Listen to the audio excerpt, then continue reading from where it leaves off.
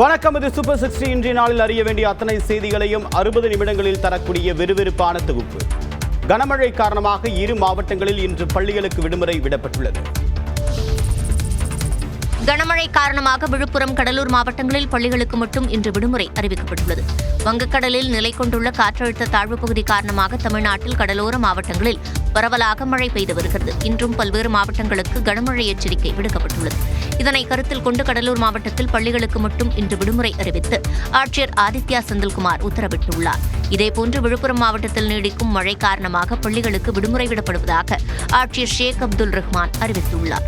புதுச்சேரி மற்றும் காரைக்காலில் மழை காரணமாக அனைத்து பள்ளி கல்லூரிகளுக்கு விடுமுறை விடப்படுவதாக அமைச்சர் நமச்சிவாயம் அறிவித்துள்ளார். இந்நிலையில் தேனி மாவட்டத்தில் ஆண்டிப்பட்டி, பெரியகுளம், சோத்துப்பாறை, கும்பக்கரை அருவி உள்ளிட்ட இடங்களில் நேற்றிரவு 1 மணி நேரத்திற்கு மேலாக மிதமான மழை பெய்தது.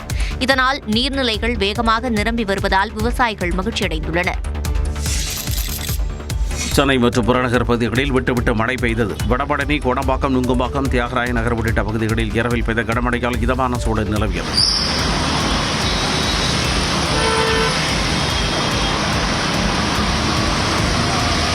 கடலூர் மற்றும் அதன் சுற்றுவட்டார பகுதிகளில் கனமழை பெய்தது. நெல்லிக்குப்பம், ஆலப்பாக்கம், குள்ளஞ்சாவடி, குறிஞ்சிப்பாடி, வடலூர் உள்ளிட்ட இடங்களில் பெய்த மழையால் வாகன ஓட்டிகள் அவதியடைந்தனர்.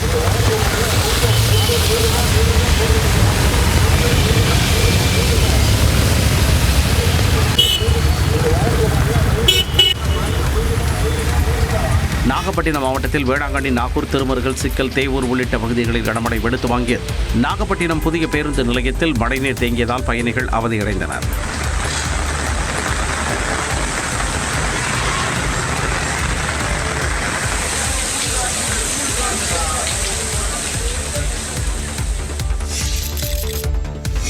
திருவாரூர் மாவட்டத்தில் இடைவிடாமல் பெய்த மழையால் பொதுமக்களின் இயல்பு வாழ்க்கை முடங்கியது. நன்னிலம், ஆண்டிப்பந்தல், சேந்தமங்கலம், கூத்தாநல்லூர் உள்ளிட்ட பகுதிகளில் பரவலாக கனமழை கொட்டி தீர்த்தது.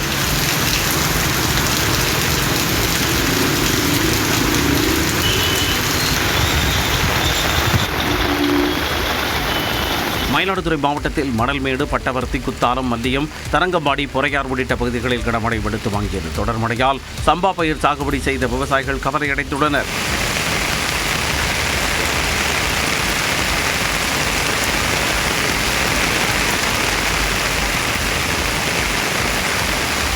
சீர்காழி சுற்றுவட்டார பகுதிகளில் காலை முதலே விட்டுவிட்டு கனமழை பெய்தது. கொள்ளிடம், எடமணல், திருமுல்லைவாசல், படையார், கூடையார் உள்ளிட்ட இடங்களில் பெய்த மழையால் இதமான சூழல் உருவானது.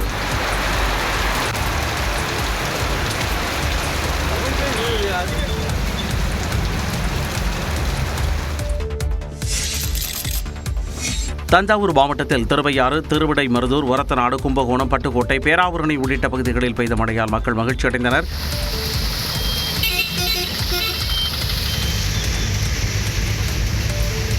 புதுக்கோட்டை மற்றும் அதன் சுற்றுவட்டார பகுதிகளான அறந்தாங்கி, ஆலங்குடி, திருமயம், பொன்னமராவதி, கந்தர்வக்கோட்டை உள்ளிட்ட பகுதிகளில் மிதமான மழை பெய்தது.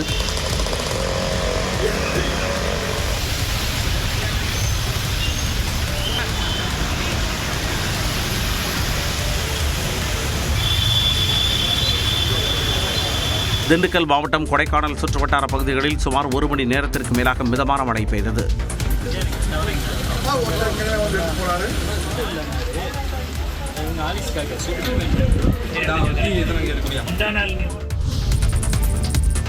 வங்கக்கடலில் வரக்கூடிய 22ஆம் தேதி புதிதாக காற்றழுத்த தாழ்வு பகுதி உருவாக வாய்ப்பிருப்பதாக தெரிவித்திருக்கூடிய வானிலை மையம் தமிழ்நாட்டில் அடுத்த 1 வாரத்திற்கு மழை தொடரும் என்றும் தெரிவித்துள்ளது.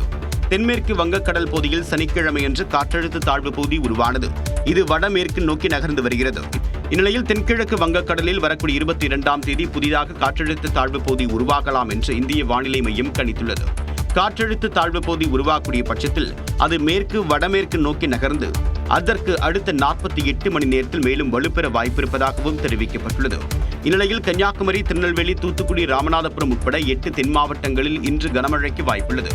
சிவகங்கை, விருதுநகர், தென்காசி, தேனி ஆகிய மாவட்டங்களிலும் இன்று கனமழை பெய்யும் என கணிக்கப்பட்டுள்ளது.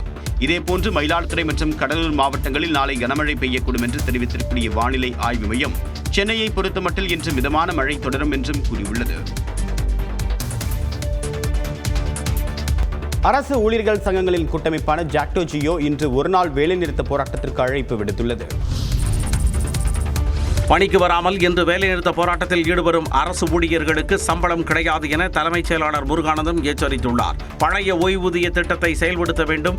அரசின் பல்வேறு துறைகளில் 30% மேலாக காலியாக உள்ள பணியிடங்களை நிரப்புவதற்கு உடனடியாக நடவடிக்கை மேற்கொள்ள வேண்டும் என்பன உள்ளிட்ட கோரிக்கைகளை வலியுறுத்தி இன்று ஒருநாள் அடையாள வேலைநிறுத்தம் செய்ய ஜாக்டோ ஜியோ கூட்டமைப்பு திட்டமிட்டுள்ளது. கருணை அடிப்படையில் பணி நியமனத்திற்கான உச்சவரம்பு 5% குறைக்கப்பட்டதை ரத்து செய்து மீண்டும் 25% வழங்க வேண்டும் என்பது உள்ளிட்ட கோரிக்கைகளை நிறைவேற்ற வலியுறுத்தி அரசு ஊழியர்கள் மற்றும் ஆசிரியர்கள் கூட்டமைப்பான ஜாக்டோ ஜியோ இன்று போராட்டம் நடத்தவும் உள்ளது. இந்த நிலையில் வேலை நிறுத்தம் செய்தால் சம்பளம் கிடையாது என்று தமிழ்நாடு அரசின் தலைமைச் செயலாளர் முருகானந்தம் எச்சரிக்கை விடுத்துள்ளார். இன்று தற்செயல் விடுப்பு எடுக்க அனுமதி இல்லை என்றும் அரசு அலுவலகங்கள் மற்றும் பள்ளிகளுக்கு அவர் சுற்றறிக்கை அனுப்பியுள்ளார். எஸ்ஐஆர் பணிகளை புறக்கணித்து போராட்டத்தில் ஈடுபட உள்ளதாக வருவாய்த்துறை ஊழியர்களும் அறிவித்திருந்த நிலையில் தமிழ்நாடு அரசு இந்த எச்சரிக்கையை விடுத்துள்ளது. அதீத பணி நெருக்கடி காரணமாக எஸ்ஐஆர் பணிகளை இன்று முதல் புறக்கணிக்கப் போவதாக வருவாய்த்துறை சங்கங்களின் கூட்டமைப்பு அறிவித்துள்ளது. வாக்காளர் பட்டியல் திருத்த பணி தமிழ்நாடு முழுவதும் நடைபெற்று வருகிறது. இந்த பணியில் ஆசிரியர்கள், வருவாய்த்துறை ஊழியர்கள் உள்ளிட்டோர் ஈடுபடுத்தப்பட்டுள்ளனர். இந்த நிலையில் உரிய திட்டமிடல், பயிற்சிகள் அளிக்காமல் கூடுதல் பணிகளை சுமத்தி இருப்பதாலும், நிதி ஒதுக்கீடு வழங்காமல் அவசரகதியில் எஸ்ஐஆர் பணிகளை செய்ய நிர்பந்திப்பதாலும் தங்களுக்கு கடுமையான பணிச்சுமை ஏற்படுவதாக வருவாய்த்துறை சங்கங்களின் கூட்டமைப்பு குற்றஞ்சாட்டியுள்ளது. இதனால் இன்று முதல் எஸ்ஐஆர் தொடர்பான அனைத்து பணிகளையும் புறக்கணிக்கப் போவதாக அறிவித்துள்ளது. இந்த போராட்டத்தில் அனைத்து கிராம உதவியாளர்கள், கிராம நிர்வாக அலுவலர்கள், நில அளவர், ஆய்வாளர், வட்டாட்சியர் என அனைத்து நிலை வருவாய்த்துறை அலுவலர்களும் முழுமையாக ஈடுபட உள்ளதாக தெரிவித்துள்ளது. எஸ்ஐஆர் பணிக்கு உரிய கால அவகாசம் வழங்கிட வேண்டும் என்பன உள்ளிட்ட கோரிக்கைகளை முன்னிறுத்தி இந்த போராட்டம் நடைபெறும் என தெரிவித்துள்ளனர். வாக்காளர் சிறப்பு தீவிர திருத்த பணிகளில் வருவாய்த்துறையினர் ஈடுபடுத்தப்படுவதை கண்டித்து தமிழ்நாட்டின் பல்வேறு பகுதிகளில் வருவாய்த்துறை கூட்டமைப்பின் சார்பில் போராட்டம் நடத்தப்பட்டது. காஞ்சிபுரம் மாவட்ட ஆட்சியர் அலுவலகம் முன் திரண்ட வருவாய்த்துறை ஊழியர்கள் போதிய கால அவகாசம் வழங்காமல் எஸ்ஐஆர் பணிகளை நடத்தக்கூடாது என முழக்கமிட்டனர்.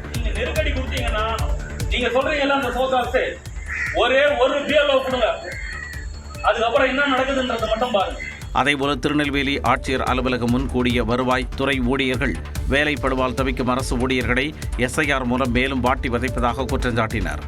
அரசு ஊழியர்களை, வருவாய்த்துறை கூட்டமைப்பினுடைய ஊழியர்களை, தோழர்களை நேரடியாக 10 நாட்களுக்குள் முடிக்கப்பட வேண்டும் என்ற ஒரு பெரிய ஒரு நெருக்கடியை கொண்டு செல்வது ஏற்புடையதல்ல. திருப்பத்தூர் ஆட்சியர் அலுவலகம் முன் திரண்ட அரசு ஊழியர்கள் இந்திய தேர்தல் ஆணையத்திற்கு எதிராக முழக்கம் எழுப்பினர்.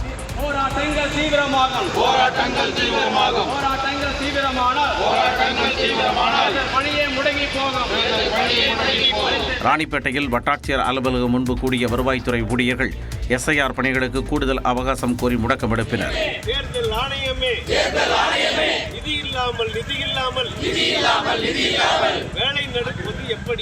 இது தவிர சேலம், ஈரோடு, மயிலாடுதுறை, திருவாரூர் உள்ளிட்ட பல்வேறு ஊர்களிலும் வருவாய்த்துறையினர் போராட்டத்தில் ஈடுபட்டனர்.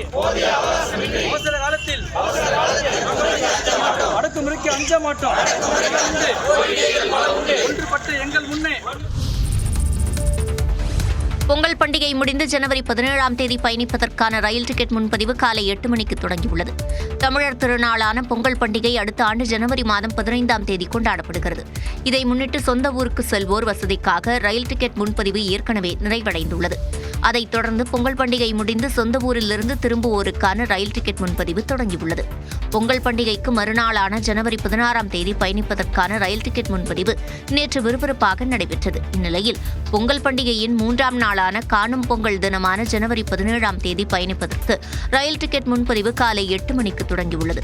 IRCTC இணையதளம் மற்றும் ரயில் டிக்கெட் முன்பதிவு மையங்கள் மூலமாக பயணிகள் முன்பதிவு செய்யப்படுகிறது.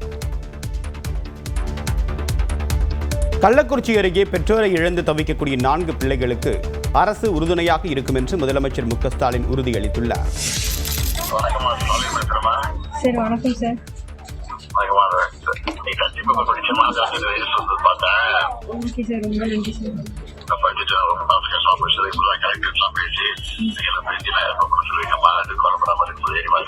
கள்ளக்குறிச்சி மாவட்டம் சங்கராபுரம் அருகே பெற்றோரை இழந்து நிர்கதியடைந்த 4 குழந்தைகளை செல்போனில் தொடர்பு கொண்ட முதலமைச்சர் மு க ஸ்டாலின் கல்விச் செலவை அரசை ஏற்கும் என உறுதியளித்து தைரியமூட்டினார்.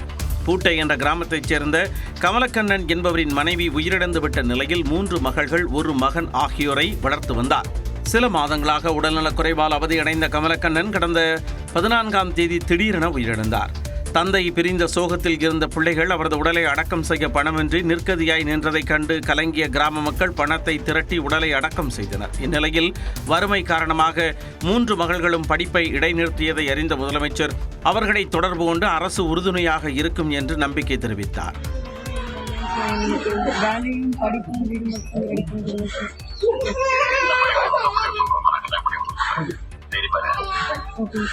பாதிக்கப்பட்ட குழந்தைகளை முதலமைச்சர் நேரடியாக தொடர்பு கொண்டதை அறிந்த கிராம மக்கள் நெகிழ்ச்சி அடைந்தனர். வடமாநிலங்களில் குளிர் காரணமாக அதிகரித்த நுகர்வு மற்றும் உற்பத்தி சரிவால் முட்டை விலை வரலாறு காணாத உச்சம் தொட்டிருப்பதாக கோழிப்பண்ணை உற்பத்தியாளர்கள் தெரிவித்துள்ளனர். நாமக்கல்லில் நடந்த தேசிய முட்டை ஒருங்கிணைப்பு குழு கூட்டத்தில் அதன் விலையை மேலும் 5 காசுகள் உயர்த்த முடிவு செய்யப்பட்டது. இதனால் 55 ஆண்டு கால தமிழ்நாடு கோழிப்பண்ணை வரலாற்றில் முதன்முறையாக முட்டை கொள்முதல் விலை 6 ரூபாயாக உயர்ந்தது. வரும் நாட்களில் முட்டை விலை மேலும் உயர வாய்ப்புள்ளதாக கோழிப்பண்ணையாளர்கள் சங்க தலைவர் சிங்கராஜ் தெரிவித்துள்ளார். குளிர்கள் அதிகமா இருக்கு, அதனால கன்சம்ஷன் அதிகமா இருக்குது. எல்லாமே ஒரு முட்டை சாப்பிட போய் 2 முட்டை 3 முட்டை அந்த மாதிரி லெவலுக்கு போயிட்டு இருக்குது. 80 லட்சம் முட்டைக்கு குறையாம 1 கோடி முட்டை வரைக்கும் ஏற்றுமதி தொடர்ந்து போயிட்டு இருக்குது. அதே நேரம் தங்கத்தை போன்று முட்டை விலையும் நாளுக்கு நாள் உயர்ந்து வருவதாக மக்கள் கவலை தெரிவித்துள்ளனர். வியாபாரமும் ஓட்டம் கம்மியாக தான் இருக்கும். நல்லா ஓரளவுக்கு பண்ணிருந்தோம். ஜனம் ஜெகஜகன்னு வந்துச்சு. முட்டை ஹெல்த்து நல்லா சாப்பிடணும்னு ஜனங்க இது பண்ணாங்க. இப்போ விலை ஏற அவங்க வாங்குறதுக்கு பயப்படுறாங்க. ஒரு 10 முட்டைக்கு பார்த்தீங்கன்னா 75 ரூபாய் ஆகுது. அதுக்கு 1/4 கிலோ சிக்கனே 50 ரூபாய் தான் வருது. அதனால நாங்கள் சிக்கனே வாங்கிட்டு போயிடலாம், முட்டை வாங்கணும்னு அவசியமே இல்லை. குளிர்காலம் முடியும் வரை முட்டை விலை குறைய வாய்ப்பில்லை என்றும் கோழி பண்ணையாளர்கள் தெரிவித்துள்ளனர்.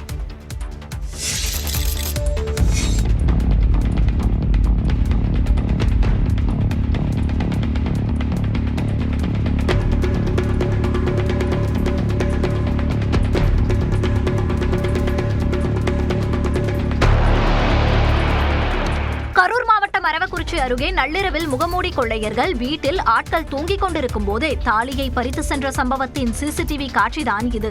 அரவக்குறிச்சியை அடுத்த கொடையூர் பகுதியில் முகமூடி அணிந்து கொண்டு தெருவில் நோட்டமிட்டுக் கொண்டே வந்த 4 மர்ம நபர்கள் ஒரு வீட்டில் திருட முயன்றனர். பனியன், ஜட்டி மற்றும் முகமூடி மட்டுமே அணிந்தபடி கையில் உருட்டுக்கட்டைகளோடு அந்த தெருவில் சென்றனர்.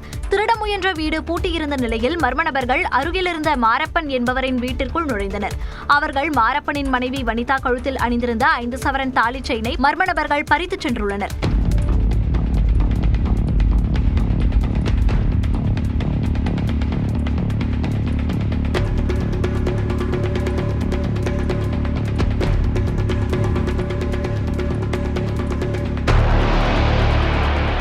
இதன் சிசிடிவி காட்சியை கைப்பற்றி காவல்துறையினர் விசாரணை மேற்கொண்டு வருகின்றனர். மதுரையில் தேமுதிக பொதுச் செயலாளர் பிரேமலதா விஜயகாந்தை அதிமுக முன்னாள் அமைச்சர் RB உதயகுமார் சந்தித்து பேசினார். அண்மையில் செய்தியாளர்களை சந்தித்த தேமுதிக பொதுச் செயலாளர் பிரேமலதா விஜயகாந்த் தாங்கள் யாருடன் கூட்டணி அமைக்கப் போகிறோம் என்பது குறித்து கடலூர் மாநாட்டிற்கு முன்பு சொல்லலாம் அல்லது சூழ்நிலைக்கேற்ப தள்ளியும் போகலாம் என தெரிவித்திருந்தார். இந்த நிலையில் மதுரையில் நடைபெற்ற தேமுதிக பூத் முகவர்கள் கூட்டத்தில் பிரேமலதா பங்கேற்றார். அப்போது அவரை அதிமுக முன்னாள் அமைச்சர் RB உதயகுமார் சந்தித்து பேசினார். விதமான முடிவாக இருந்தாலும் பொதுச் செயலாளர் எடப்பாடியார் அவர்கள் எடுக்கிற முடிவுதான். அது குறித்து நான் எதுவும் பேசவில்லை. ஏன்னா உங்கள் மத்தியில தான் நான் உங்கள் மத்தியில தான் கூறின அடிப்படையில் அவங்களுக்கு அவங்க தாயார் இருந்தவருக்கு நேரிலே அவர்களுக்கு ஆறுதல். இந்நிலையில் பிரேமலதா RB உதயகுமார் சந்திப்பில் கூட்டணி குறித்து நிச்சயம் பேசியிருப்பார்கள் என்று மூத்த பத்திரிகையாளர் தராசு ஷாம் தெரிவித்துள்ளார். டிசம்பர் மாதம் பிறகுதான் நாங்கள் முடிவெடுப்போம் என்று ஏற்கனவே சொல்லி இருக்கிறார்கள். திமுக கூட்டணியில் சேர்வதற்கான முயற்சிகளும் நடந்து கொண்டிருக்கின்றன. இறுதியில் தேமுதிகவின் பேர வலிமையை கூட்டுவதில் போய் முடியும். அதிகப்படியான இடங்களை கேட்பதிலே திமுக கூட்டணிக்கு அதிக இடங்கள் கேட்பார்கள். அதிமுக கூட்டணியில் தேமுதிக அதிக இடங்களை கேட்கும். அதிமுக கூட்டணியை பிரேமலதா ஏற்றுக்கொள்வாரா என்பது போக போகத்தான் தெரியும் எனவும் கூறினார். கோவைக்கு பிரதமர் நரேந்திர மோடி நாளை வருகை தர உள்ளார். வேளாண் விழாவில் பங்கேற்க பிரதமர் நரேந்திர மோடி நாளை கோவை வரும் நிலையில் கொடிசியா மைதானம் உள்ளிட்ட பகுதிகள் சிவப்பு மண்டலமாக அறிவிக்கப்பட்டன. கோவை குடிசியா வளாகத்தில் நாளை இயற்கை விவசாயிகள் மாநாடு நடைபெறுகிறது. இந்த மாநாட்டில் பங்கேற்பதற்காக பிரதமர் மோடி விமானம் மூலம் கோவை வருகிறார். கோவை வரும் பிரதமருக்கு விமான நிலைய பகுதி மற்றும் குடிசியா சாலையில் இரு புறங்களிலும் பாஜக சார்பில் உற்சாக வரவேற்பு அளிக்கப்பட உள்ளது. பின்னர் அவர் குடிசியா வளாகத்திற்கு சென்று மாநாட்டில் பங்கேற்றுவிட்டு டெல்லி திரும்புகிறார். பிரதமர் கோவை வருகையை முன்னிட்டு பாதுகாப்பு பலப்படுத்தப்பட்டுள்ளது. இதற்காக 3000க்கும் மேற்பட்ட போலீசார் பாதுகாப்பு பணியில் ஈடுபடுகிறார்கள். சிங்காநல்லூர், SIHS காலனி, சின்னியம்பாளையம், நேரு நகர், காளப்பட்டி, கொடிசியா மைதான சுற்றுவட்டார பகுதிகள், சித்ரா, பிளமேடு, சரவணம்பட்டி, லட்சுமி மில்ஸ், ராமநாதபுரம் மற்றும் பந்தய சாலை ஆகிய பகுதிகள் தற்காலிகமாக சிவப்பு மண்டலமாக அறிவிக்கப்பட்டு போலீசார் தீவிர கண்காணிப்பில் ஈடுபட்டுள்ளனர். கோவையிலிருந்து அவினாசி ரோடு வழியாக செல்லும் வாகனங்கள் டைடல் பார்க் சந்திப்பில் திருப்பிவிடப்பட்டு காமராஜர் ரோடு, சிங்காநல்லூர் ரோடு வழியாக அனுமதிக்கப்படும் என தெரிவிக்கப்பட்டுள்ளது. மேலும் நாளை மாலை வரை ட்ரோன்களை பறக்கவிடவும் தடை விதிக்கப்பட்டுள்ளது.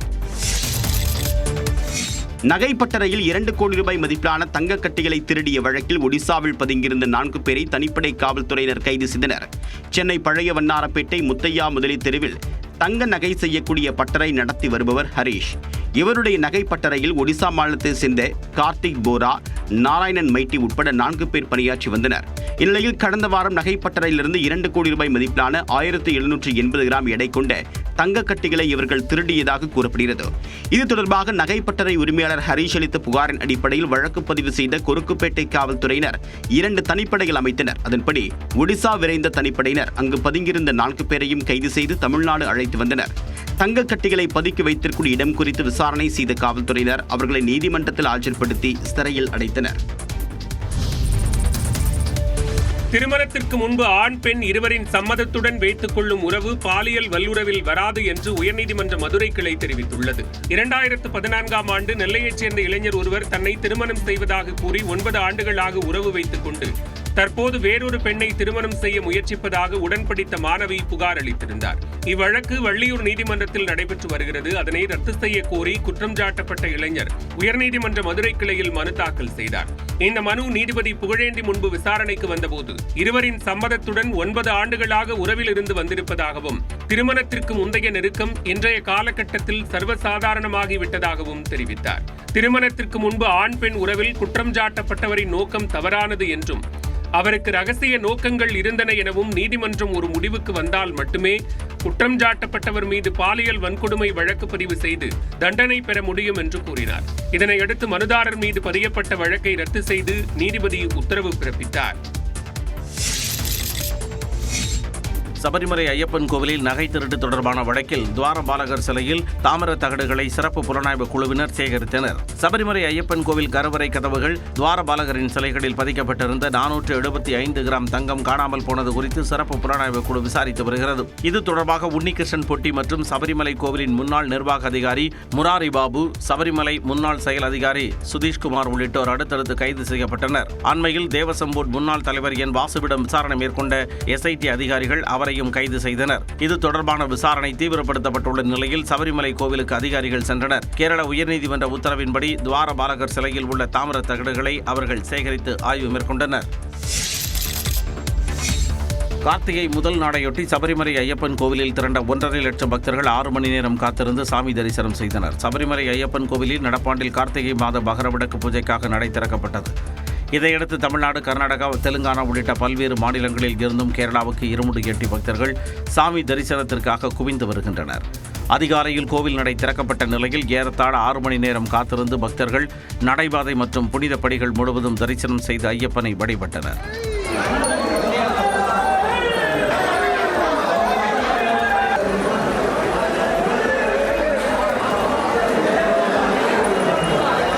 நாள் ஒன்றுக்கு அதிகபட்சமாக 90,000 பக்தர்கள் மட்டுமே அனுமதிக்கப்படும் நிலையில் பக்தர்கள் வருகை அதிகரிப்பு காரணமாக நேற்று மட்டும் 1.5 லட்சம் பேர் சாமி தரிசனம் செய்ய அனுமதிக்கப்பட்டதாக காவல்துறை தெரிவித்துள்ளது. சபரிமலை கோவிலில் டிசம்பர் 27ஆம் தேதி மண்டல பூஜை நடைபெறும் நிலையில் அன்று இரவு 10 மணிக்கு நடை அடைக்கப்பட்டு பின்னர் மகரவிளக்கு பூஜைக்காக டிசம்பர் 30ஆம் தேதி மீண்டும் திறக்கப்படுகிறது. அதைத் தொடர்ந்து ஜனவரி 14ஆம் தேதி மகரவிளக்கு பூஜை நடைபெறுகிறது.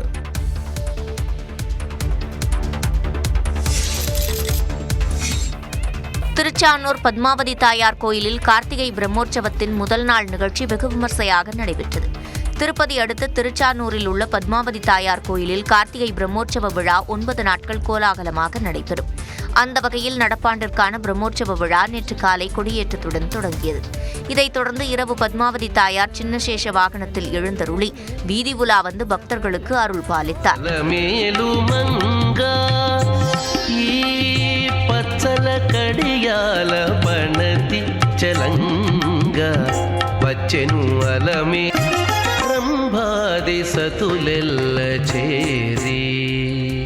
முன்னதாக கோயிலில் இருந்து புறப்பட்ட உற்சவ தாயார் வாகன மண்டபத்தை அடைந்து தங்க சின்னசேஷ வாகனத்தில் எழுந்தருளினார். தொடர்ந்து திவ்ய பிரபந்த கானம், நான்மறை வேத கோஷம், பக்தர்களின் பக்தி முழக்கம், கலை நிகழ்ச்சிகள், மங்கள வாத்தியம் முழங்க சின்னசேஷ வாகன புறப்பாடு திருமாட வீதிகளில் நடைபெற்றது.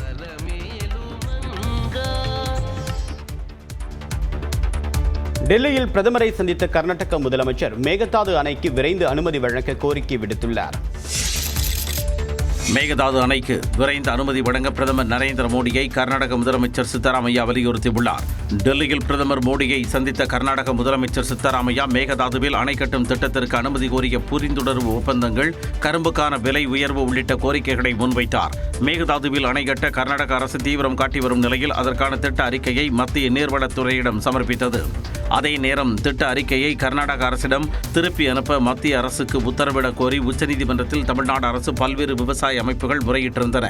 அண்மையில் இதுகுறித்து தீர்ப்பு வழங்கிய உச்சநீதிமன்றம் மேகதாது அணை குறித்த விரிவான திட்ட அறிக்கை மீது தமிழ்நாடு அரசு, காவிரி நீர் மேலாண்மை ஆணையம், காவிரி நீர் ஒழுங்காற்று குழு ஆகியோரின் கருத்துக்களை கேட்ட பின்னரே மத்திய அரசு அனுமதி வழங்குவது குறித்து முடிவெடுக்க வேண்டும் என உத்தரவிட்டது. இந்நிலையில் டெல்லியில் பிரதமரை சந்தித்த கர்நாடக முதல்வர் மேகதாது அணைக்கு விரைந்து அனுமதி வழங்க கோரியிருப்பது பரபரப்பை ஏற்படுத்தியுள்ளது. பீகாரில் பாஜக கூட்டணி மீண்டும் ஆட்சியை கைப்பற்றிய நிலையில் புதிய முதலமைச்சரை தேர்வு செய்வதற்காக தேசிய ஜனநாயக கூட்டணி கட்சிகளின் சட்டமன்ற உறுப்பினர்கள் கூட்டம் இன்று நடைபெறவுள்ளது. பீகார் சட்டசபை தேர்தலில் மொத்தமுள்ள 243 தொகுதிகளில் பாஜக, ஐக்கிய ஜனதா தளம் கூட்டணி 202 தொகுதிகளை கைப்பற்றி இமாலய வெற்றி பெற்றது. இதனையடுத்து புதிய அரசு அமைப்பதற்கான பணிகளை தேசிய ஜனநாயக கூட்டணி துரிதப்படுத்தியுள்ளது. பாட்னாவில் முதலமைச்சர் நிதிஷ்குமார் தலைமையில் நடந்த அமைச்சரவைக் கூட்டத்தில் சட்டப்பேரவையை கலைக்க தீர்மானம் நிறைவேற்றப்பட்டது. அதன்பின் முதலமைச்சர் நிதிஷ்குமார் ஆளுநர் ஆரிஃப் முகமது கானை சந்தித்து பதவி விலகல் கடிதத்தை அளித்துள்ளார். அதன் அடிப்படையில் பீகார் சட்டப்பேரவை கலைக்கப்படுவது குறித்த அறிவிப்பு நாளை வெளியாக உள்ளது. இந்நிலையில் பாட்னாவில் தேசிய ஜனநாயக கூட்டணி சட்டமன்ற உறுப்பினர்களின் கூட்டம் இன்று நடைபெறுகிறது. இதில் நிதிஷ்குமார் மீண்டும் முதலமைச்சராக தேர்ந்தெடுக்கப்படுவார் என்று எதிர்பார்க்கப்படுகிறது. பாட்னாவில் உள்ள காந்தி மைதானத்தில் நாளை மறுநாள் நடைபெறும் பதவியேற்பு விழாவில் 10வது முறையாக முதலமைச்சராக நிதிஷ்குமார் பதவியேற்க உள்ளதாகவும் தகவல் வெளியாகியுள்ளது. பதவியேற்பு விழாவில் பிரதமர் மோடி, கூட்டணி கட்சிகளின் தலைவர்கள் பங்கேற்க உள்ளதாக கூறப்படுகிறது. அமைச்சரவையில் பாஜகவுக்கு 16 இடங்களும், ஐக்கிய ஜனதா தளத்திற்கு 14 இடங்களும் ஒதுக்க முடிவு செய்யப்பட்டதாக கூறப்படுகிறது. டெல்லி செங்கோட்டை கார் குண்டுவெடிப்பு சம்பவத்திற்கு 43 வயதான பெண் மருத்துவர் மூளையாக செயல்பட்டது கண்டறியப்பட்ட நிலையில் அவரை மேடம் சர்ஜன் என தீவிரவாதிகள் அழைத்தது தெரிய வந்துள்ளது. பரிதாபாத்தில் கடந்த வாரம் பெண் மருத்துவர் ஷாஹின் சாகித் கைது செய்யப்பட்ட நிலையில் அவரது வசிப்பிடம் உள்ளிட்ட இடங்களில் சோதனை நடத்திய NIA அதிகாரிகள் பல்வேறு டிஜிட்டல் ஆதாரங்கள், டைரி குறிப்புகளை கைப்பற்றினர். மேலும் ஷாஹினை மேடம் சார்ஜன், அதாவது அறுவை சிகிச்சை நிபுணரை அழைப்பது போல குறியீட்டு வார்த்தையில் சக தீவிரவாதிகள் அழைத்ததும் தெரியவந்தது. ஷாஹினின் செல்போனில் உள்ள வாட்ஸ்அப் தரவுகளை ஆராய்ந்ததில் மேடம் எக்ஸ் மற்றும் மேடம் இசட் ஆகிய இரு பெண்களிடம் அவர் தொடர்ந்து பேசி வந்ததும் ஹவாலா மூலம் 20 லட்சம் ரூபாய் பணத்தை ஏற்பாடு செய்து தீவிரவாத நடவடிக்கைகளுக்கு பெண்களை பணியமர்த்த திட்டமிட்டதும் கண்டறியப்பட்டது. இதில் ஆபரேஷன் ஹம்தாத், மருந்து என தீவிரவாத தாக்குதல்களை குறியீட்டு வார்த்தைகள் மூலம் அனைவரும் பேசிக் கொண்டதை NIA அதிகாரிகள் கண்டறிந்துள்ளனர். கூடுதல் அதிர்ச்சி தரும் தகவலாக டிசம்பர் 6ஆம் தேதி பாபர் மசூதி இடிப்பு தினத்தில் இந்த கும்பல் பெரும் தீவிரவாத தாக்குதல் நடத்த திட்டமிட்டிருந்ததும் NIA விசாரணையில் தெரியவந்துள்ளது. இதற்காக பல ஆண்டுகளாக இந்த கும்பல் பணியாற்றியதும் கடந்த 2022ஆம் ஆண்டு துருக்கி சென்ற ஷாஹின் ISI தீவிரவாதி அபு உகாஷாவை சந்தித்து பயங்கரவாத நடவடிக்கைக்கு அனுமதி பெற்றதும் வெட்ட வெளிச்சத்திற்கு வந்துள்ளது.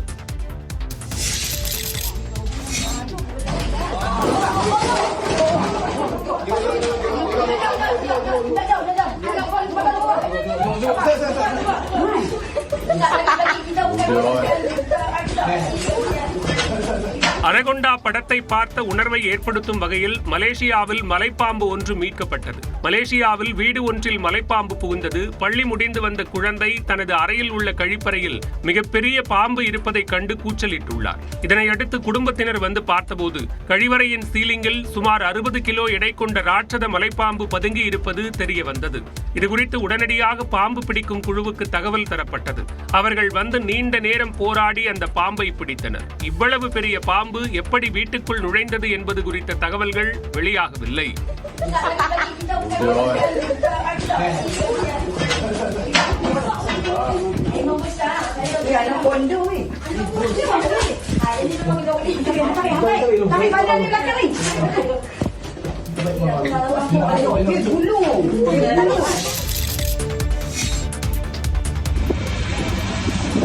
Senhor, Dan, allons-y. காங்கோ அமைச்சர் உட்பட 20 பேர் பற்றி எரிந்த விமானத்தில் இருந்து நூலிடையில் தப்பிய காட்சிகளே இவை. மத்திய ஆப்பிரிக்க நாடான காங்கோ தலைநகரான கின்ஷாசாவில் இருந்து சுரங்க அமைச்சர் லூயிஸ் மற்றும் அவரது குழுவினர் விமானத்தில் புறப்பட்டனர். கடந்த சனிக்கிழமையன்று கலண்டோ செப்பு சுரங்கத்தில் பாலம் இடிந்து விழுந்து 32 தொழிலாளர்கள் உயிரிழந்த நிலையில் மீட்புப் பணியை மேற்பார்வையிட இந்த குழு சென்று கொண்டிருந்தது. வாலாபா மாகாணத்தில் உள்ள கோல்வேசி விமான நிலையத்தில் தரையிறங்கும் போது அவர்களின் விமானம் கட்டுப்பாட்டை இழந்து ஓடுபாதையில் இருந்து விலகி விபத்துக்குள்ளானது. உடனடியாக அமைச்சர் லூயிஸ் உட்பட அனைவரும் வெளியேறிய சில வினாடிகளில் விமானம் தீப்பற்றி எரிய தொடங்கியது.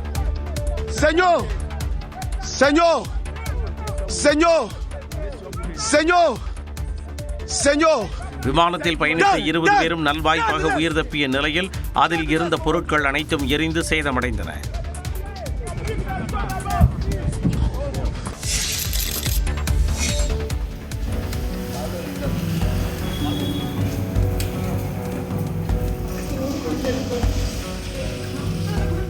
உலக சினிமாவின் உச்ச நட்சத்திரமாக கொண்டாடப்படும் தனக்கு நடிப்பை சொல்லிக் கொடுத்த ஆசிரியருக்கு கடைசி மரியாதை செலுத்தினார் நடிகர் ரஜினிகாந்த். திரைத்துறையில் நடிகராக ரஜினிகாந்த் முயற்சித்த போது அவர் சென்னை திரைப்பட பயிற்சி கல்லூரியில் இணைந்தார். அங்கு இவருக்கு நடிக்க கற்றுக் கொடுத்தவர் ஆசிரியர் நாராயணசாமி என்கின்ற கோபாலி. இவரே நடிகர் ரஜினிகாந்தை இயக்குனர் பாலச்சந்தரிடம் அறிமுகப்படுத்தி வைத்ததாகவும் அதுவே ரஜினியின் சினிமா வாழ்க்கையின் திருப்பு முனையாக அமைந்ததாகவும் கூறப்படுகிறது. ரஜினிகாந்த் மட்டுமின்றி அமிதாப் பச்சன், நாசர், சிரஞ்சீவி, ராதாரவி உள்ளிட்ட பல்வேறு உச்ச நட்சத்திரங்களுக்கும் பல இயக்குநர்களுக்கும் இவர் பயிற்சி கொடுத்துள்ளார். இந்த நிலையில் 92 வயதான ஆசிரியர் கோபாலி வயது மூப்பு காரணமாக காலமானார். அவரது உடல் சென்னை மந்தவெளியில் உள்ள வீட்டில் அஞ்சலிக்காக வைக்கப்பட்ட நிலையில் நடிகர் ரஜினிகாந்த் நேரில் சென்று அஞ்சலி செலுத்தினார்.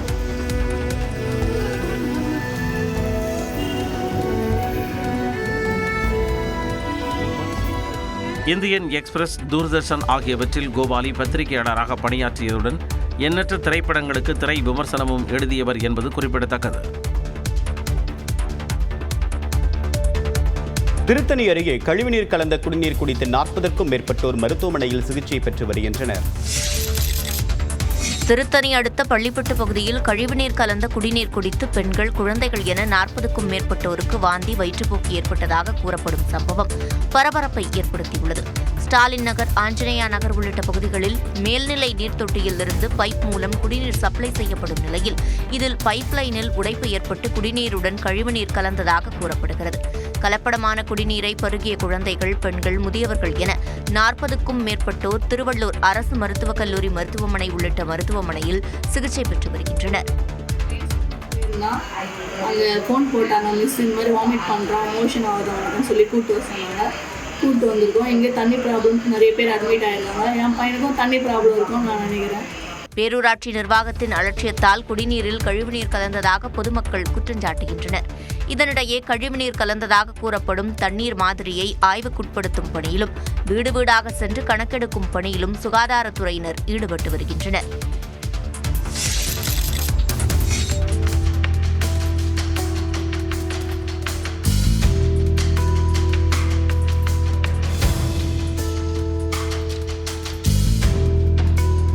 மாவட்டம் வாணியம்பாடியில் மதராசா பள்ளியில் ஆசிரியர் ஒருவர் மாணவர்களை தாக்கும் காட்சிகள் வெளியாகியுள்ளது. இஸ்லாமியர்கள் அதிகம் வசிக்கும் வாணியம்பாடி நகரில் இஸ்லாமிய இறையியல் சட்டம், குரான் போன்றவற்றை போதிக்கும் மதராசா பள்ளிகள் பல உள்ளன. அந்த வகையில் பரிஷாபாத் மசூதியின் மேல்தளத்தில் செயல்பட்டு வரும் மதராசா பள்ளியில் 60 மாணவ மாணவிகள் பயின்று வருகின்றனர். இந்நிலையில் மதராசாவில் பணியாற்றும் ஆசிரியர் ஒருவர் மாணவர்களை கடுமையாக தாக்கும் காட்சிகள் வெளியாகியுள்ளது.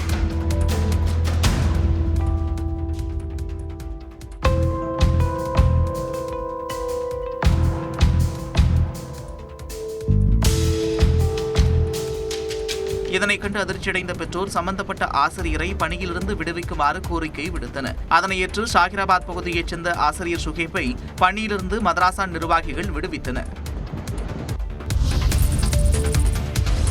வாக்காளர் பட்டியல் சிறப்பு தீவிர திருத்த படிவங்களில் வாக்காளர்களுக்கு ஏற்படும் சந்தேகங்களுக்கு தீர்வு காண சென்னையில் இன்று முதல் 25ஆம் தேதி வரை வாக்காளர் உதவி மையங்கள் செயல்படும் என மாநகராட்சி ஆணையரும் மாவட்ட தேர்தல் அலுவலருமான ஜே குமரகுருபரன் தெரிவித்துள்ளார்.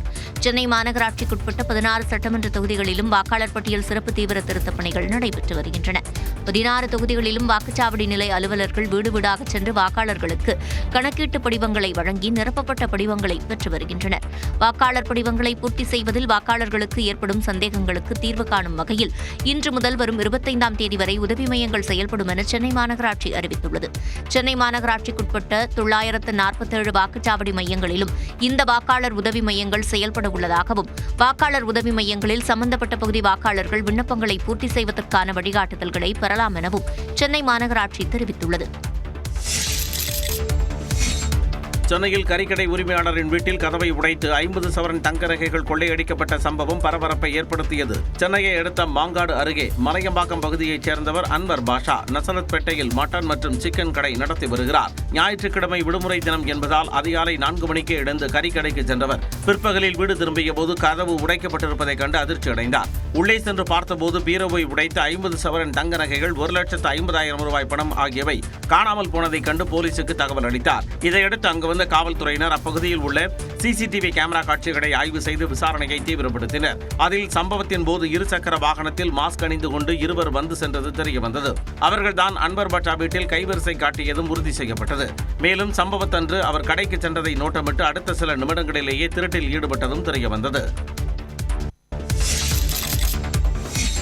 சென்னையை அடுத்த திருவொற்றியூர் சுங்கச்சாவடி மெட்ரோ அருகே உள்ள அம்பேத்கர் சிலைக்கு சுற்றுச்சுவர் எழுப்ப எதிர்ப்பு தெரிவித்த காவல்துறையுடன் நடிகர் தீனா மற்றும் பகுதி மக்கள் வாக்குவாதத்தில் ஈடுபட்டதால் பரபரப்பு ஏற்பட்டது. அம்பேத்கர் சிலைக்கு பின்னால் உள்ள இடத்தை வடமாநில தொழிலதிபர் வாங்கியதாக கூறப்படும் நிலையில் அம்பேத்கர் சிலைக்கு சுற்றுச்சுவர் எழுப்ப எதிர்ப்பு தெரிவித்ததாக கூறப்படுகிறது. இது தொடர்பாக பேச்சுவார்த்தை நடத்த காவல் ஆய்வாளர் அழைப்பின் பேரில் பகுதி மக்கள் சென்ற நிலையில் உரிய பதிலளிக்கவில்லை என கூறப்படுகிறது. கொண்ட வந்த பின்னாடி ஊர் பின்னாடி வரட்டாது அந்த கதை தான். நீங்களாம் வாங்கி முடியும் எல்லாரும் உட்காந்துனே இருங்க. பரவ அடிச்சுனே இருப்பான் முதலாளிங்களாம் நம்மள வாங்கிட்டு தான் இருக்கணும் உட்காந்துன்னு. அதுதானே பிறந்துருக்குறோம். சொந்த மண்ணில் அடிமையாக வரணும்ல. இன்னும் அடிப்பானுங்க, நம்ம இன்னும் எல்லா வேலையும் செய்வானுங்க. தொடர்ந்து அப்பகுதியிலிருந்து கலையுமாறு கூறிய காவல்துறையினருடன் நடிகர் தீனா வாக்குவாதத்தில் ஈடுபட்டார். நாங்கள் நம்மளுடைய மன்றத்தினுடைய உறுப்பினர்களுடைய செலவிலே பராமரிப்பதற்காக காம்பவுண்ட் போட்டிருக்கிறோம். இதை ஒரு சிலர் பிடிக்காதவர்கள் இதை மறைமுகமாக எதிர்ப்பு தெரிவிக்கிறார்கள். தனியாருடைய வருமானத்துக்காக, தனியார் சுயநலத்துக்காக. பேச்சுவார்த்தையை தொடர்ந்து அனைவரும் கலைந்து சென்றனர்.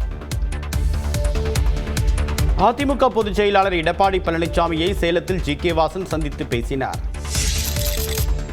பீகாரை போல தமிழகத்திலும் தேசிய ஜனநாயக கூட்டணிக்கு வெற்றி வாய்ப்பு பிரகாசமாக உள்ளதாக தமிழ் மாநில காங்கிரஸ் கட்சியின் தலைவர் ஜி.கே. வாசன் தெரிவித்துள்ளார். சேலத்தில் அதிமுக பொதுச் செயலாளர் எடப்பாடி பழனிசாமியை அவரது இல்லத்தில் ஜி.கே. வாசன் சந்தித்து பேசினார். பின்னர் செய்தியாளர்களிடம் பேசிய அவர் தங்களோடு மேலும் பல கட்சிகள் கூட்டணி சேர்வதற்கு வாய்ப்புள்ளதாக கூறினார். மத்திய அரசோடு இணக்கமான ஒரு சூழல் தமிழகத்திலே அதிமுகவுக்கு இருக்கும்போது ஒத்த கருத்துடைய கட்சிகள், மத்திய மாநில அரசுடைய இணக்கமான கட்சிகள் வெற்றி பெறுவதற்கான சூழல் மேலும் மேலும் பீகார் தேர்தலுக்கு பிறகு பிரகாசமாக அமைந்திருக்கிறது. இதேபோன்று மேட்டூர் சட்டமன்ற உறுப்பினரும் அன்புமணியின் ஆதரவாளருமான சதாசிவம் எடப்பாடி பழனிசாமியை சந்தித்து பேசினார். சன்னதானப்பட்டியில் அமைந்துள்ள மாரியம்மன் கோவில் குடமுழுக்கு விழாவிற்கு அழைப்புதல் கொடுக்க சதாசிவம் வந்ததாக தகவல் வெளியாகியுள்ளது. தேனி மாவட்டம் போடிநாயக்கநல்லூரில் பிரச்சாரத்தில் ஈடுபட்ட அவர் 2026 போடி தொகுதி ஓபிஎஸ்ஸிடமிருந்து மீட்கப்படும் என்றார். போடிநாயக்கனூர் சட்டமன்ற உறுப்பினர் அலுவலகம் 15 ஆண்டுகளாக செயல்படாமல் இருக்கிறது. வரதேலிய சட்டமன்றத்தில் வரதேல கூட்டுனர் கதவை திறக்கவே இல்லையா? 15 வருஷமா செயல் இழந்து கிடக்கிறது. அதனால நமது வேட்பாளர் அல்லது கூட்டணி வேட்பாளர் வரும் பொழுது நிரந்தரமாக பூட்டப்பட்ட அந்த பூட்டை உடைக்கப்பட்டு மக்கள் பயன்பாட்டுக்கு அந்த அலுவலகத்தை கொண்டு வந்து தான் எந்த தொகுதியில் போட்டியிட வேண்டும் என விஜயகாந்த் தீர்மானிப்பார் என பிரேமலதா கூறினார். நம்ம மாவட்ட செயலாளர் சொல்றார், ஜெயலலிதா அம்மா இங்க போட்டி எதிர்கட்சி தலைவரா ஜெயிச்சாங்க, அந்த மாதிரி எங்க அண்ணி வரணும்னு அவர் விருப்பத்தை அவர் சொல்லியிருக்காரு. கூட்டணி அமைந்து, தொகுதிகள் அமைந்து, வேட்பாளர்கள் அமைந்து, நான் எந்த தொகுதியில் போட்டி போட போகிறேன் என்பதை நிர்மாணிக்கும் ஒரே சக்தி நமது கேப்டன் என்கின்ற தெய்வம். ஜனவரி 9ஆம் தேதி நடைபெறும் கடலூர் மாநாட்டில் கூட்டணி நிலைப்பாடு குறித்து அறிவிக்கப்படும் என பிரேமலதா விஜயகாந்த் தெரிவித்தார். அதிமுகவை ஒருங்கிணைப்பது தொடர்பாக பாஜக தனக்கு எந்த அறிவுறுத்தல்களையும் வழங்கவில்லை என முன்னாள் அமைச்சர் செங்கோட்டையன் தெரிவித்துள்ளார். மதுரை மீனாட்சி அம்மன் கோயிலில் முன்னாள் அமைச்சர் செங்கோட்டையன் சாமி தரிசனம் செய்தார்.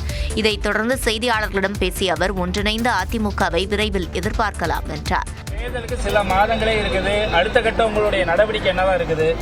இந்த ஒன்றிணைந்த அதிமுக எதிர்பார்க்கலாம் சொன்னீங்க, அது எப்ப நடக்கும்? விரைவில் அதை எதிர்பார்க்கலாம். அதற்கான நடவடிக்கை மேற்கொள்ளப்பட்டு வருகிறது. அது நல்ல முடிவாக இருக்கும். தொடர்ந்து பேசிய அவர் பாஜக குறித்த கேள்விக்கும் பதிலளித்தார். ஒருங்கிணைக்க சொன்ன பாஜக அடுத்து என்ன உங்களுக்கு இன்ஸ்ட்ரக்ஷன் கொடுக்குறாங்க? பாஜக எப்போதுமே எனக்கு அழைத்து இன்ஸ்ட்ரக்ஷன் கொடுத்ததில்லை. இல்லை, அமித்ஷா சொன்னதாக நான் அவர்களை சென்று பார்த்தேன். பார்க்கின்ற போது பல்வேறு கருத்துக்கள் பரிமாறப்பட்டிருக்கிறது. அமமுகவுடன் சேர்ந்து தவேகவுடன் கூட்டணி அமைப்பீர்களா என்ற கேள்விக்கு பதிலளிக்க மறுத்த செங்கோட்டையன், அதிமுக ஒருங்கிணையும் காலம் விரைவில் வரும் என நம்பிக்கை தெரிவித்தார். மதுரை மீனாட்சி அம்மன் கோவிலில் வணிக நோக்கில் முறுக்கு உள்ளிட்டவற்றை தயாரித்து பிரசாதம் என்ற பெயரில் விற்பனை செய்வது ஏன் என உயர்நீதிமன்ற மதுரை கிளை கேள்வி எழுப்பியுள்ளது. சேலத்தைச் சேர்ந்த ராதாகிருஷ்ணன் என்பவர் தொடர்ந்த பொதுநல வழக்கில் மீனாட்சி அம்மன் கோவிலின் தொன்மை மாறாமல் புனரமைத்து குடமுழுக்கு நடத்த உத்தரவிட வேண்டும் என்று கோரியிருந்தார். இந்த மனு விசாரணைக்கு வந்தபோது கோயிலின் வீர வசந்தராயர் மண்டபம் அருகே விறகு அடுப்பில் பிரசாதம் தயாரித்து விற்பனை செய்யப்படுவதாகவும் கிரானைட் கற்கள் போன்றவை பதிக்கப்பட்டிருப்பதாகவும் மனுதாரர் தரப்பில் வாதிடப்பட்டது. இதனை கேட்ட நீதிபதிகள், சுவாமிக்கு நைவேத்தியம் செய்வதுதான் பிரசாதம் என்றும், ஆனால் வணிக நோக்கில் புளியோதரை, அப்பம், முறுக்கு உள்ளிட்டவற்றை தயாரித்து பிரசாதம் என்ற பெயரில் விற்பனை செய்வது ஏன் என்றும் கேள்வி எழுப்பினார். கோயில் வளாகமா அல்லது உணவு விற்பனை கூடமா என வினவிய நீதிபதிகள், கிரானைட் கற்கள் எதற்காக பதிக்கப்படுகிறது, வல்லுநர் குழுவின் ஆய்வுக்கு பிறகு பணிகள் நடத்தப்படுகிறதா என அடுக்கடுக்கான கேள்விகளை எழுப்பினர். தொன்மை வாய்ந்த கோயில் கட்டுமான பணிகள் யுனெஸ்கோ அமைப்பின் வழிகாட்டுதல் படி நடக்கிறதா என்பது குறித்து கோயில் இணை ஆணையர் பதில் மனு தாக்கல் செய்யவும் நீதிபதிகள் உத்தரவிட்டனர். நாகை மீனவர்கள் 31 பேரை நிபந்தனைகளுடன் விடுதலை செய்ய இலங்கை நீதிமன்றம் உத்தரவிட்டுள்ளது. கடந்த 3ஆம் தேதி நாகை மீன்பிடி துறைமுகத்திலிருந்து 31 மீனவர்கள் கடலுக்கு மீன்பிடிக்க சென்றனர். அவர்கள் எல்லை தாண்டி மீன்பிடித்ததாக கூறி இலங்கை பருத்தித்துறை கடற்பரப்பில் அந்நாட்டு கடற்படையால் கைது செய்யப்பட்டனர். இந்நிலையில் கைது செய்யப்பட்ட 31 மீனவர்களும் பருத்தித்துறை நீதிமன்ற நீதிபதி இந்துஜா முன்பு விசாரணைக்கு ஆஜர்படுத்தப்பட்டனர். அப்போது மீனவர்கள் 31 பேரையும் நிபந்தனைகளுடன் விடுதலை செய்ய நீதிபதி உத்தரவிட்டார். மீண்டும் இலங்கை கடற்பரப்பிற்குள் எல்லை தாண்டிய வழக்கில் கைது செய்யப்பட்டால் 31 பேருக்கும் கடுங்காவல் தண்டனை விதிக்கப்படும் என்று நீதிபதி எச்சரித்தார். இதனையடுத்து 31 மீனவர்களும் யாழ்ப்பாணத்தில் உள்ள இந்திய துணை தூதரக அதிகாரிகளிடம் ஒப்படைக்கப்பட்டனர். அவர்கள் கொழும்பு அருகே உள்ள மெரியானா முகாமிற்கு மாற்றப்பட்டு ஓரிரு நாட்களில் விமானம் மூலமாக தாயகம் திரும்புவார்கள் என்று எதிர்பார்க்கப்படுகிறது. பக்தர்களின் நீண்ட நாள் கோரிக்கையை ஏற்று புகழ்பெற்ற காஞ்சிபுரம் ஏகாம்பரநாதர் கோவிலில் பிரம்மாண்ட தங்கத்தேர் செய்யும் பணி நிறைவு பெற்றது. 17 ஆண்டுகளுக்கு பிறகு இக்கோவிலில் அடுத்த மாதம் 8ஆம் தேதி குடமுழுக்கு நடைபெறவுள்ளது. இந்த தருணத்தில் கோவிலுக்கென்று தங்கத்தேர் இருக்க வேண்டும் என பக்தர்கள் கோரிக்கை விடுத்து வந்தனர். இந்த நிலையில் 2 டன் தாமிரத்தின் மீது தங்க முலாம் பூசப்பட்டு தங்கத்தேர் உருவாக்கப்பட்டுள்ளது. தற்பொழுது 23 கிலோ தங்கத்தால் தேர் உருவாக்கப்பட்டதாக தெரிகிறது. இந்து சமய அறநிலையத்திடம் தேர் ஒப்படைக்கப்பட்டு அடுத்த மாதம் 6ஆம் தேதி வெள்ளோட்டம் நடைபெறுகிறது. அதனைத் தொடர்ந்து குடமுழுக்கு அன்று தங்கத்தேர் உற்சவம் நடைபெறுகிறது. அதாவது சனிக்கிழமை மாலை கரெக்டாக 3 மணி அளவில் படம் பிடித்து ஊர்வலமாக தேரை கோவிலில் கொண்டு தேர் மண்டபத்தில் ஒப்படைக்கும் திருவிழாவானது தொடங்க உள்ளது. குடமுழுக்கு மற்றும் தங்கத்தேர் ஊர்வலம் ஆகியவை ஒரே நாளில் நடைபெற இருப்பதால் பக்தர்கள் மகிழ்ச்சி அடைந்துள்ளனர். தமிழ்நாட்டில் உள்ள அனைத்து நிகர்நிலை பல்கலைக்கழகங்களும் கட்டண நிர்ணயக்குழு நிர்ணயித்த கட்டணத்தை மட்டுமே வசூலிப்பதை உறுதி செய்ய வேண்டும் என்று தமிழக அரசு பல்கலைக்கழக மானியக் குழு தேசிய மருத்துவ ஆணையத்திற்கு சென்னை உயர்நீதிமன்றம் உத்தரவிட்டுள்ளது. காஞ்சிபுரம் மாவட்டம் கேளம்பாக்கத்தில் செயல்பட்டு வரும் தனியார் நிகர்நிலை பல்கலைக்கழகத்தில் கூடுதல் கட்டணம் வசூலிப்பதாக புகார் எழுந்தது. இதனை எதிர்த்து மாணவர்கள் தொடர்ந்த வழக்கு சென்னை உயர்நீதிமன்றத்தில் விசாரணைக்கு வந்தது. அப்போது கூடுதல் வகுப்புகளுக்கு கட்டணம் வசூலிக்கப்படும் என்று ஏற்கனவே மாணவர்களுக்கு தெரிவிக்கப்பட்டுள்ளதாக பல்கலைக்கழகம் தரப்பில் வாதிடப்பட்டது. இந்த வாதத்தை ஏற்க மறுத்த நீதிபதி கூடுதல் வகுப்பு நடத்துவது கட்டாயம் அல்ல என்ற போது அதற்கு கட்டணம் வசூலிக்க வேண்டும் என்ற கேள்வியே எழவில்லை என்று கூறினார். மாணவர்களிடம் கூடுதல் கட்டணம் வசூலிக்க கூடாது என்றும் சான்றுகளை 2 வாரங்களில் திரும்ப ஒப்படைக்க வேண்டும் என்றும் நீதிபதி உத்தரவிட்டார். மேலும் தமிழகத்தில் உள்ள அனைத்து நிகர்நிலை பல்கலைக்கழகங்களும் கட்டண நிர்ணய குழு நிர்ணயித்த கட்டணத்தை மட்டுமே வசூலிப்பதை உறுதி செய்ய வேண்டும் என்றும் நீதிபதி உத்தரவிட்டார். லாபம் ஈட்டும் வர்த்தக நிறுவனமாக கல்வியை கருதக்கூடாது என்றும் கல்வி சமூகத்திற்கு வழங்கும் உன்னதமான சேவை என்றும் அவர் அறிவுறுத்தினார். துணைவேந்தர்களை தமிழ்நாடு அரசே நியமிக்கும் சட்டம் தொடர்பான வழக்கு விசாரணையை உச்சநீதிமன்றம் டிசம்பர் 2ஆம் தேதிக்கு ஒத்திவைத்துள்ளது. மசோதாக்களுக்கு ஒப்புதல் வழங்காமல் ஆளுநர் காலதாமதம் செய்ததை எதிர்த்து தமிழ்நாடு அரசு தொடர்ந்த வழக்கில் ஆளுநர் நிலுவையில் வைத்திருந்த 10 மசோதாக்களுக்கு உச்சநீதிமன்றமே தனது தனி அதிகாரத்தை பயன்படுத்தி ஒப்புதல் வழங்கி உத்தரவிட்டது. இதையடுத்து துணைவேந்தர் நியமனம் தொடர்பான சட்டத்தை தமிழ்நாடு அரசு அரசிதழில் வெளியிட்டது. இது பல்கலைக்கழக மானியக் குழுவின் விதிகளுக்கு எதிராக இருப்பதாக வெங்கடாச்சலபதி என்பவர் தாக்கல் செய்த மனுவை விசாரித்த சென்னை உயர்நீதிமன்ற நீதிபதிகள் GR சுவாமிநாதன், V லட்சுமி நாராயணன் அமர்வு தமிழ்நாடு அரசின் சட்டத்திற்கு தடை விதித்தது. இதனை எதிர்த்து தமிழ்நாடு அரசு உச்சநீதிமன்றத்தில் தாக்கல் செய்துள்ள மேல்முறையீட்டு மனு நீதிபதி சூரியகாந்த் அமர்வு முன் விசாரணைக்கு வந்தது. மத்திய அரசின் வழக்கறிஞர் துஷார் மேத்தா குடியரசுத் தலைவர் கேள்வி வழக்கில் முடிவு வெளியான பிறகு இந்த வழக்கை விசாரிக்க வேண்டும் என்று வாதிட்டார். அப்போது தமிழ்நாடு அரசின் சார்பாக ஆஜரான வழக்கறிஞர் அபிஷேக் சிங்வி, வில்சன் ஆகியோர் இந்த வழக்கிற்கும் குடியரசுத் தலைவர் கேள்வி வழக்கிற்கும் எந்த தொடர்பும் இல்லை என்று தெரிவித்தனர். உயர்நீதிமன்றம் தமிழ்நாடு அரசின் வாதங்களை கேட்காமலேயே இடைக்கால தடை விதித்துள்ளதாகவும் இதனால் 14 பல்கலைக்கழகங்களில் துணைவேந்தர்களை நியமிக்க முடியவில்லை என்றும் வாதிட்டனர். எனவே சென்னை உயர்நீதிமன்றத்தின் தடையை உடனடியாக நீக்க உத்தரவிட வேண்டும் என்றும் வில்சன் வாதங்களை முன்வைத்தார். இதனைத் தொடர்ந்து வழக்கு விசாரணையை டிசம்பர் 2ஆம் தேதிக்கு உச்சநீதிமன்றம் ஒத்திவைத்தது. அதிமுக முன்னாள் அமைச்சர் பவாரியா கொள்ளையர்களால் சுட்டுக் கொல்லப்பட்ட வழக்கில் இறுதி தீர்ப்பை சென்னை கூடுதல் அமர்வு நீதிமன்றம் 21ஆம் தேதி வெளியிடுகிறது.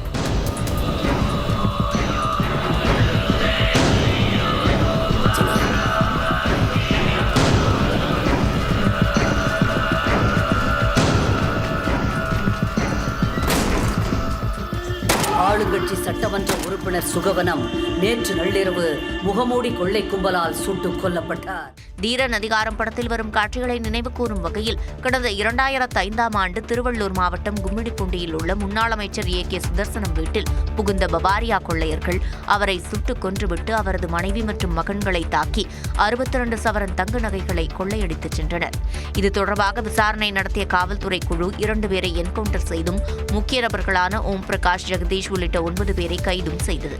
இதில் ஓம் பிரகாஷ் உள்ளிட்ட 2 சிறையிலேயே உயிரிழந்த நிலையில் ஜாமீன் பெற்ற 3 பெண்கள் தலைமறைவாகினர். வழக்கு தொடர்பாக 86 சாட்சிகளை விசாரித்து காவல்துறை தரப்பில் சென்னை கூடுதல் அமர்வு நீதிமன்றத்தில் குற்றப்பத்திரிகை தாக்கல் செய்யப்பட்டது. வழக்கின் இறுதிக்கட்ட விசாரணையும் முடிவடைந்த நிலையில் சிறையில் உள்ள ஜெகதீஷ் உள்பட 4 பேருக்கு எதிரான தீர்ப்பு வரும் வெள்ளிக்கிழமை அறிவிக்கப்படும் என நீதிபதி அப்ரஹாம் லிங்கர் தெரிவித்தார்.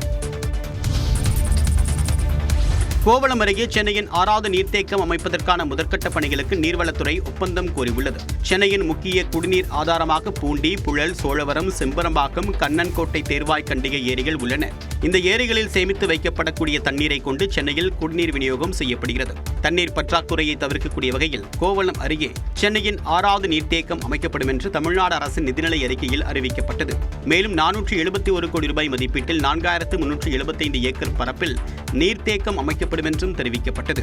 நிலையில் 32 கோடி ரூபாய் மதிப்பில் இதற்கான முதற்கட்ட பணிகளை மேற்கொள்ள ஒப்பந்தம் கோரியுள்ளது. மேலும் கடலோர ஒழுங்குமுறை ஆணையத்திடமும் அனுமதி கோரப்பட்டுள்ளது. இதேபோன்று விளையாட்டு நகரம் அமைப்பதற்கான அரசாணையை தமிழ்நாடு அரசு வெளியிட்டுள்ளது. செம்மஞ்சேரியில் சுமார் 112 ஏக்கர் பரப்பளவில் 261 கோடி ரூபாய் செலவில் விளையாட்டு நகரம் அமைக்க திட்டமிடப்பட்டுள்ளது.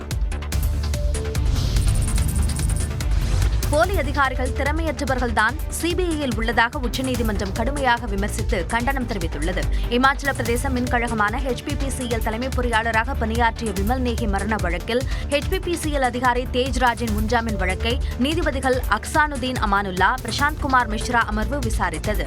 அப்போது குற்றம் சாட்டப்பட்டவர் விசாரணைக்கு ஒத்துழைக்கவில்லை என்றும் தன் மீதான குற்றத்தை மறுக்க மட்டுமே செய்வதாகவும் சிபிஐ தரப்பில் வாதிடப்பட்டது. இதற்கு அதிருப்தி தெரிவித்த நீதிபதிகள் குற்றம் சாட்டப்பட்டவர் அமைதியாக இருந்த இருந்தால் அது ஒத்துழையாமையா என்று கேட்டனர். தேஷ்ராஜ் அமைதியாக இருக்கிறார் என்பதை குற்றச்சாட்டாக ஏற்க மறுத்த நீதிபதிகள் யாரையாவது குறிவைக்க வேண்டும் என்பதே சிபிஐயின் நோக்கமாக உள்ளதாகவும் அப்படி கட்டாயப்படுத்தப்படுவதாகவும் குற்றம் சாட்டினர்.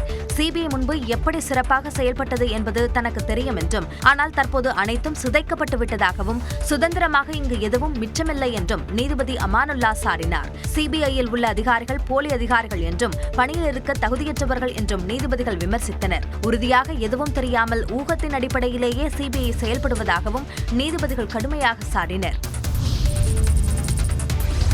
இந்திய பொதுத்துறை எண்ணெய் நிறுவனங்கள் ஆண்டுக்கு 2.2 மில்லியன் டன் அளவுக்கு எல்பிஜியை அமெரிக்காவிலிருந்து இறக்குமதி செய்யும் ஒப்பந்தத்தை இறுதி செய்துள்ளதாக மத்திய பெட்ரோலியத்துறை அமைச்சர் ஹர்தீப் சிங் புரி தெரிவித்துள்ளார்.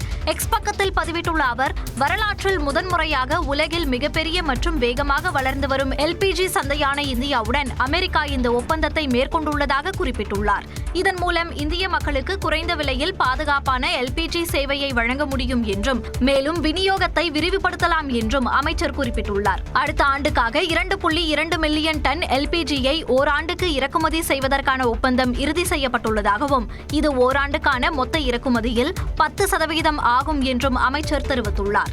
கடந்த சில மாதங்களாக இந்திய பொதுத்துறை எண்ணெய் நிறுவனங்களின் அதிகாரிகள் அமெரிக்காவில் தங்கி பேச்சுவார்த்தை நடத்தி வந்த நிலையில் இந்த ஒப்பந்தம் இறுதி செய்யப்பட்டுள்ளதாகவும் ஹர்தீப் சிங் புரி குறிப்பிட்டுள்ளார். காங்கோவில் உள்ள தாமிர சுரங்கத்தில் நிலச்சரிவு ஏற்பட்டுள்ளது.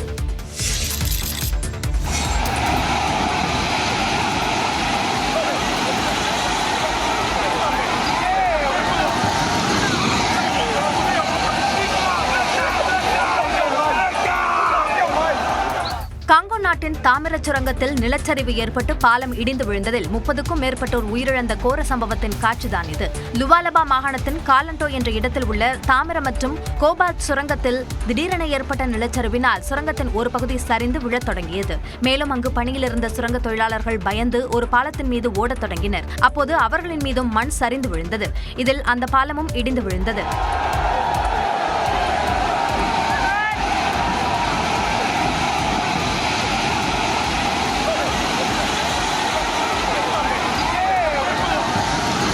இதனால் சுரங்க தொழிலாளர்கள் 30க்கும் மேற்பட்டோர் சம்பவ இடத்திலேயே உயிரிழந்தனர். 20க்கும் மேற்பட்டோர் கடுமையான காயங்களோடு மருத்துவமனையில் அனுமதிக்கப்பட்டனர். உயிரிழப்பு மேலும் அதிகரிக்கக்கூடும் என்று அஞ்சப்படுகிறது. சுரங்கங்களில் விபத்து ஏற்படும் என்றாலும் இந்த ஆண்டில் காங்கோவில் நடைபெற்ற மிக கோரமான விபத்து இது என்று தகவல்கள் தெரிவிக்கின்றன. சுரங்கத்தில் பாதுகாப்பு பணியில் ஈடுபட்டிருந்த ராணுவ வீரர்கள் துப்பாக்கியால் சுட்டதால் சிறிய பாலத்தில் மக்கள் அச்சமடைந்து ஓடியதும் விபத்திற்கு காரணம் என்று கூறப்படுகிறது.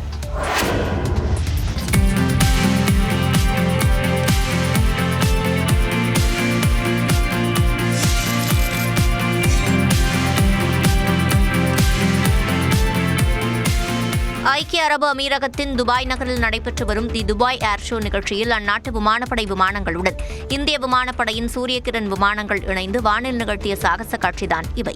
ஐக்கிய அரபு அமீரகத்தின் துபாய் நகரில் உள்ள அல் மக்டோம் சர்வதேச விமான நிலையத்தில் தி துபாய் ஏர் ஷோ நிகழ்ச்சி நடைபெற்று வருகிறது.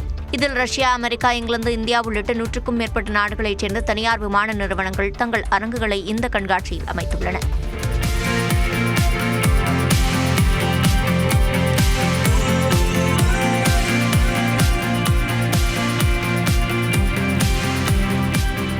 இதில் இந்தியா சார்பாக மத்திய ராணுவ இணையமைச்சர் சஞ்சய் சேத் கலந்து கொண்டு இந்தியா பெவிலியன் அரங்கை திறந்து வைத்தார்.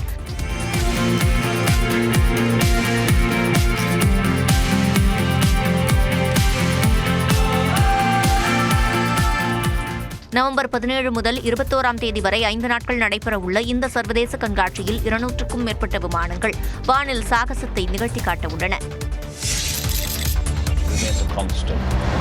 We want to win the IPL. How you do it will change. Rajasthan Royals தலைமை பயிற்சியாளராக இலங்கையை சேர்ந்த சங்கக்காரர் நியமிக்கப்பட்டுள்ள தகவலை ரஜினியின் ஜெயிலர் பட ஸ்டைலில் அணி நிர்வாகம் வீடியோவாக வெளியிட்டுள்ளது. இலங்கை அணியின் முன்னாள் விக்கெட் கீப்பரும் பேட்ஸ்மேனும் கேப்டனுமான குமார சங்கக்கார 2021 முதல் 2024ஆம் ஆண்டு வரை ராஜஸ்தான் ராயல்ஸ் அணியின் தலைமை பயிற்சியாளராக இருந்தார். இதனிடையே கடந்த சீசனில் இந்திய அணியின் முன்னாள் விக்கெட் கீப்பரும் பேட்ஸ்மேனும் கேப்டனுமான ராகுல் டிராவிட் அப்பொறுப்பை வகித்தார். கடந்த சீசனில் ராஜஸ்தான் அணி 9வது இடத்துக்கு தள்ளப்பட்டது. இந்நிலையில் மீண்டும் சங்கக்காரா தலைமை பயிற்சியாளராக நியமிக்கப்பட்டுள்ளார். அணியின் இயக்குநராக ஏற்கனவே சங்கக்காரா உள்ள நிலையில் தற்போது இரட்டை பொறுப்புகளை வகிக்க உள்ளார்.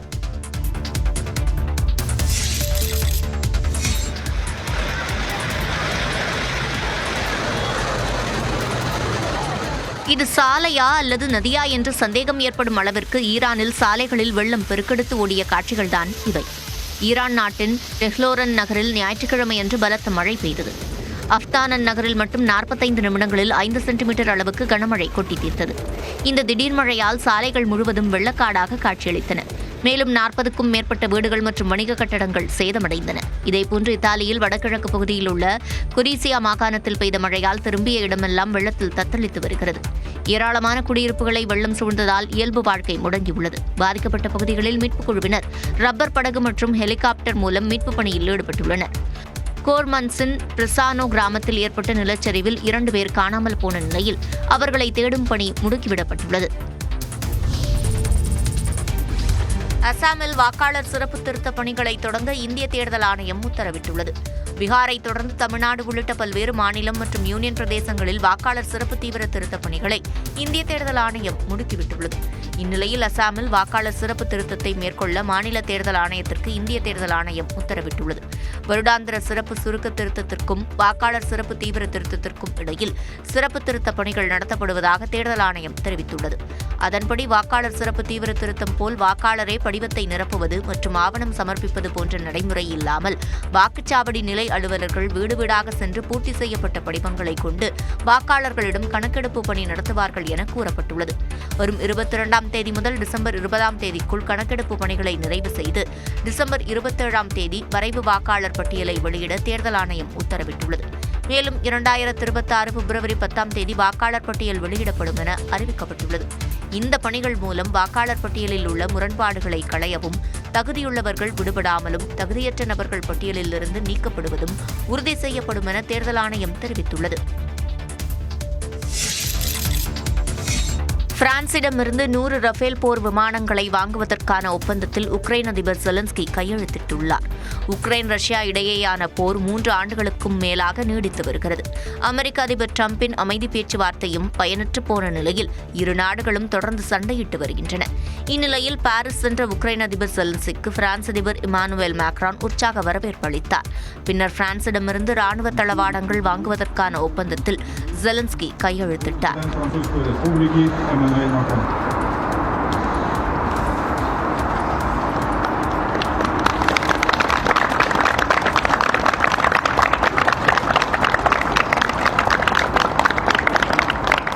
தொடர்ந்து செய்தியாளர்களிடம் பேசிய செலன்ஸ்கி பிரான்சிடமிருந்து உக்ரைன் 100 F4 ரக ரஃபேல் போர் விமானங்கள், சக்தி வாய்ந்த ரேடார்கள், 8 வான் பாதுகாப்பு அமைப்புகள், 6 ஏவுகணைகள் வாங்க ஒப்பந்தம் செய்துள்ளதாக கூறினார்.